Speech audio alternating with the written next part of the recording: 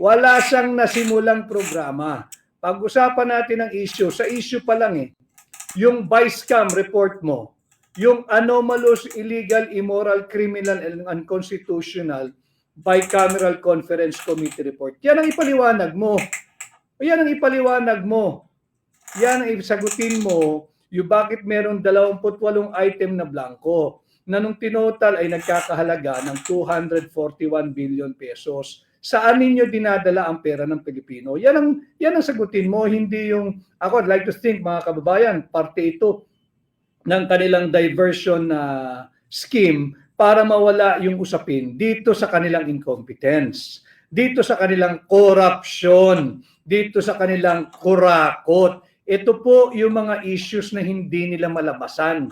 Ipit na ipit sila, kaya ang ginagawa nila, umuopensa, umaatake ng wala sa lugar. Unprovoked, unnecessary, uncalled for. Magandang hapon po sa inyong lahat, or gabi na. Magandang gabi, it's 6 p.m. February 14. Batiin ko po kayong lahat ng isang happy Valentine's Day at sana ay you're enjoying this very special day. Kung kayo man ay merong romantic dinner, kayo nag-romantic lunch, importante, punuin po natin ng pag-ibig at pagmamahal ang ating mga puso. At ngayon nga pong araw ng puso, pag-usapan natin ang napakaraming issue. I'll try to be as light as possible in our discussion tonight dahil alam ko naman na marami ay nasa labas kasama ang mga mahal sa buhay, ang pamilya, ang mga girlfriend, boyfriend, yung mga may mga dinner po ngayon. I'll try to make it as light as possible and I'll try to entertain as much question or comments. Magbabasa po tayo to give way dun dahil ang dami ho talaga nagpaparating ng mensahe. Hindi ko po lahat nababasa. Ito po sa TikTok nga ho dahil maliit masyado yung font Pagpasensyaan nyo na po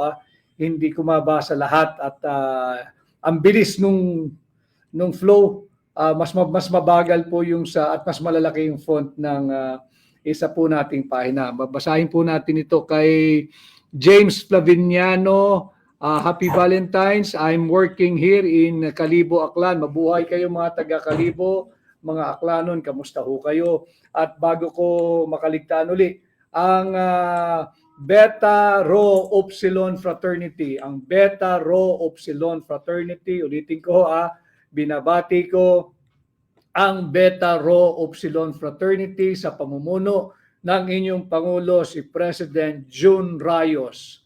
Jun Rayos of Beta Rho Upsilon Fraternity, maraming salamat sa patuloy at palagiang ninyong pagsubaybay pag tayo po ay nagla-live at nagkakaroon ng diretsang ugnayan sa inyo katulad po ng ating ginagawa ngayong gabi. At kahapon, alam ko naman na napanood po ninyo, nasubaybayan ninyo, hindi po tayo nakapag-live dito sa ating personal channel pero ando naman po tayo sa makasaysayang Club Filipino kasama ang ating ginagalang si Pangulong Rodrigo Roa Duterte sa proclamation rally ang mga kandidato po nung tinatawag nating Duterte senatorial candidates. Siyam po kaming lahat at kami po inaproklama kagabi at muli salamat kay Pangulong Duterte sa pag-anyaya sa akin kagabi at naging bahagi ng proklamasyon na yan. Salamat kay Vice President Inday Sara Duterte sa kanyang endorsement sa ating kandidatura. Number 56 po tayo sa balota, 56, number 56.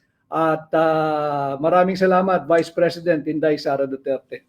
Yung ating pong title ngayon ay issue-based campaigning. Yes, you hear me right, issue-based campaigning. Yan po talagang ginagawa natin even nung nagsimula po yung hakbang ng Maisog.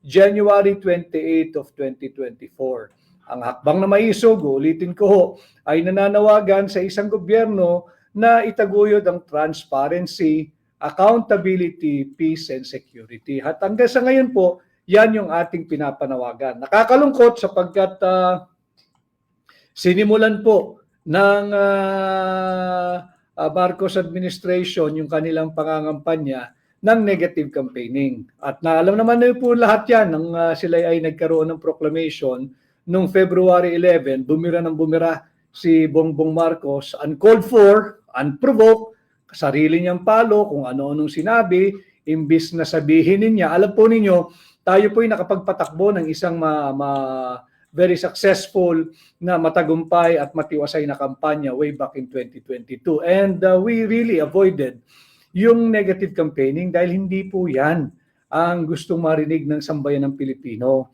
Hindi po, wala pong pakialam at walang panahon ang sambayan ng Pilipino sa mga bangayan.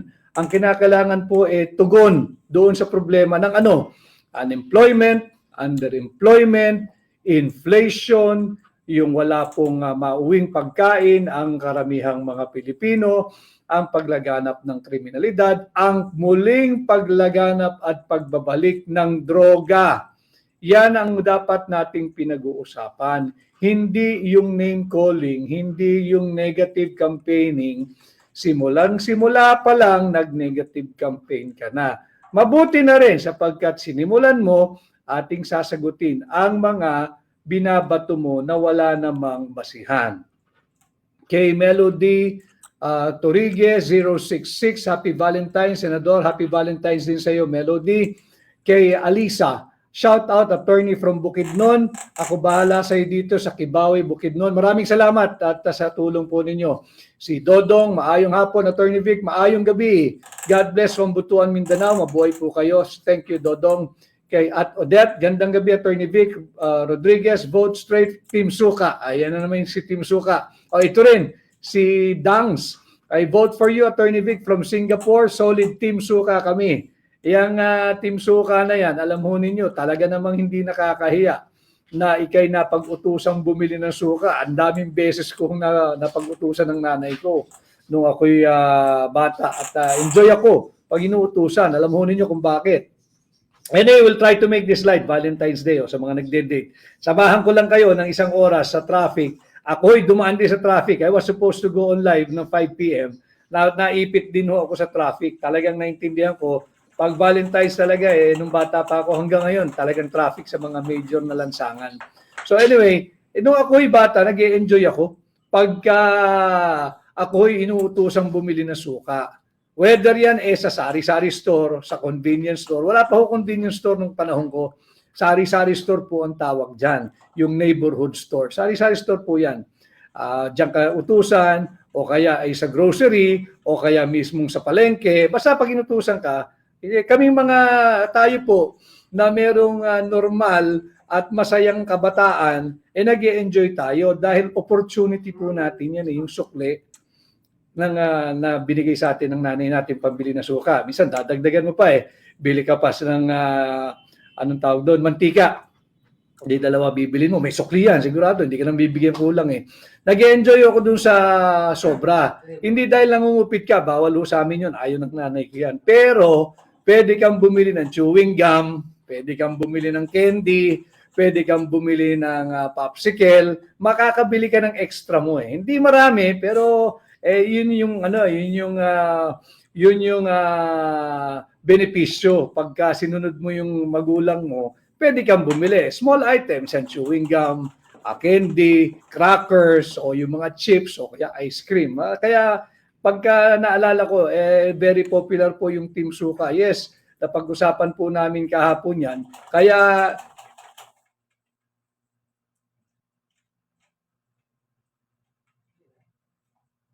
yung higit na nakararaming Pilipino, pati kabataan, wala pong nakakahiya na kayo ay pinabili ng suka.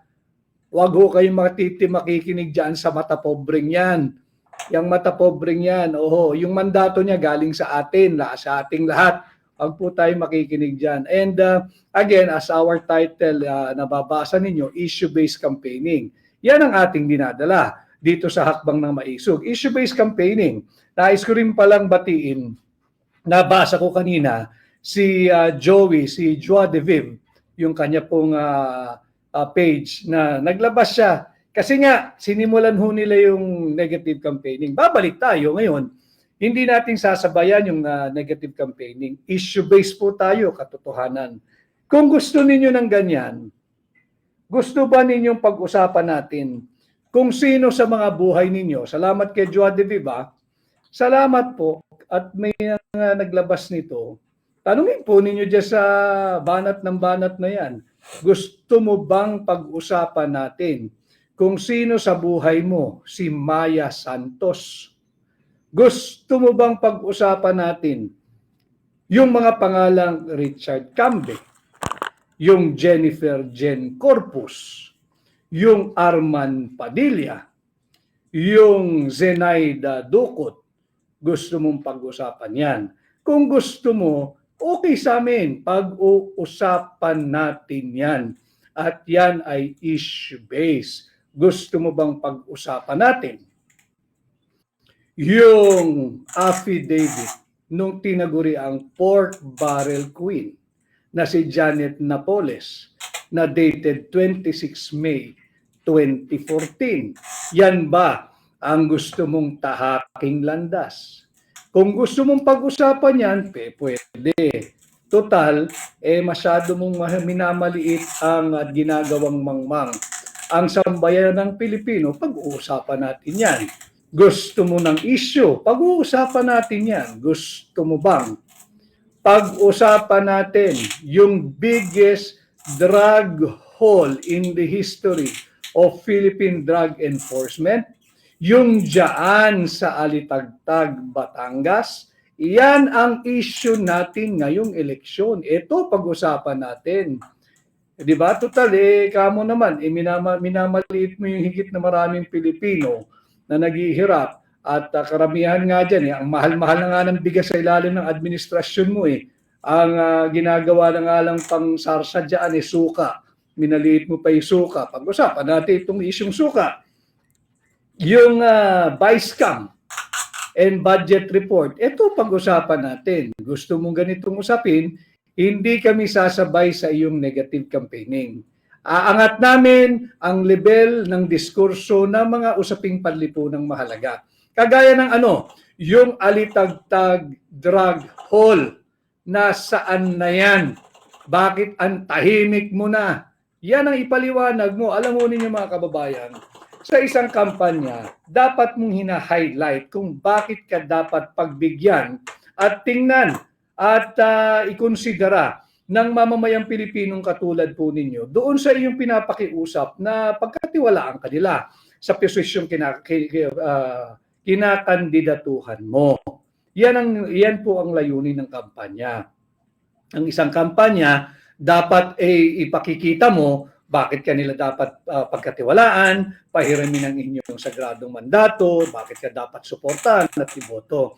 Hindi yung makapanira ka. Naiintindihan ho natin siya sapagkat wala siyang masabing continuity ng kanyang programa. Wala naman siyang nasimulan Wala siyang nasimulang programa. Pag-usapan natin ang issue. Sa issue pa lang yung vice cam report mo, yung anomalous, illegal, immoral, criminal, and unconstitutional bicameral conference committee report. Yan ang ipaliwanag mo. Yan ang ipaliwanag mo. Yan ang isagutin mo yung bakit meron 28 item na blanco na nung tinotal ay nagkakahalaga ng 241 billion pesos. Saan ninyo dinadala ang pera ng Pilipino? Yan ang sagutin mo, hindi yung, ako I'd like to think mga kababayan, parte ito ng kanilang diversion scheme para mawala yung usapin dito sa kanilang incompetence, dito sa kanilang corruption, dito sa kanilang kurakot. Ito po yung mga issues na hindi nila malabasan. Ipit na ipit sila, kaya ang ginagawa nila, umuopensa, umaatake ng wala sa lugar. Unprovoked, unnecessary, uncalled for. Ngayon, kami naman sa Duterte senatorial candidates, karapatan naming sumagot sapagkat hindi naman pwedeng tayo magpapagaslight at they will try to change and they're changing the narrative na sila yung punong-puno ng anomalya, maghahanap sila ngayon ng isang pamamaraan to deflect yung issue palayo sa kanila. Hindi po, well, ako personally, I can only speak for myself, bilang hakbang ng maisog, hindi po ako papayag. Hindi po ako papayag pag-usapan natin ang mga issue. Ano po yan? Yung Bicameral Conference Committee report, hanggang ngayon hindi mailabas ng House of Representatives yung enrolled bill, yung kopya ng enrolled bill. Nakakuha po tayo, ipinakita ko sa inyo nung makailang araw, na meron tayong nahalukat dyan sa archive section ng House of Representatives. Unsigned po. Unsigned ng Senate President, unsigned ng Speaker of the House, unsigned ng Senate Secretary, unsigned ng Secretary General ng House of Representatives, unsigned ng Pangulo ng Pilipinas yung enrolled budget na nandiyan sa archive section ng House of Representatives. Hindi nila pwede sabihin draft yun. Gagawin na naman tayong mangmang ng kongresista ng Marikina eh. Baka sabihin na naman niya, draft yan. Archive section na yan, archive. Ibig sabihin, taguan, repository, diyan pinipreserve yung mga kopya ng original authentic records, original authentic document. So yan ang ating pag-usapan. Hindi yung negative campaigning ninyo. Pwede nyo ituloy yan. At pag-uusapan nga natin